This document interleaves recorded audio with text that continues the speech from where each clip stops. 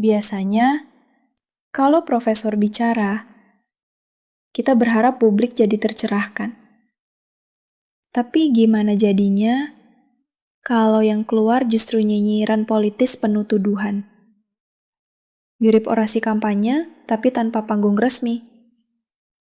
Inilah yang terjadi dengan Prof. Ikrar Nussabakti, yang tiba-tiba jadi rajin bicara soal ijazah Presiden Jokowi. Dan semua itu makin ramai setelah Prof. Sopyan Effendi, mantan rektor UGM, mencabut pernyataan lamanya soal keaslian ijazah Jokowi.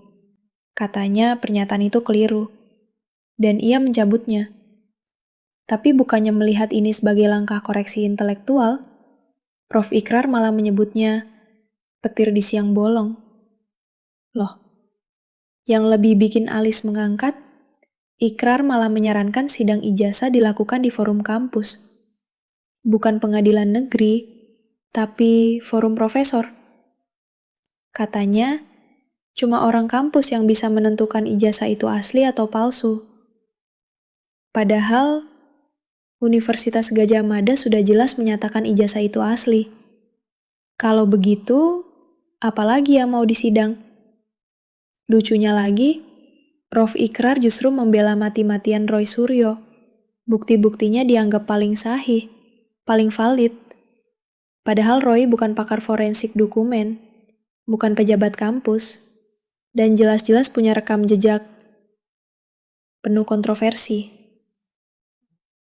Kalau memang benar ingin menyelesaikan persoalan ini, rujukannya jelas, hukum dan institusi resmi, bukan ruang dosen, bukan grup WhatsApp alumni, apalagi forum gosip elit kampus. Kampus itu tempat mencetak intelektual, bukan panggung sinetron politik. Langkah Prof. Sopyan Effendi untuk menarik pernyataannya justru menunjukkan integritas. Bisa jadi, ia sadar telah diseret ke dalam pusaran fitnah, narasi liar, dan kepentingan pihak-pihak tertentu. Tapi bagi Ikrar, ini justru jadi bahan nyinyiran. Sayangnya, alih-alih jadi jembatan akal sehat, Prof. Ikrar malah terkesan ikut jadi tim sorak Roy Suryo CS.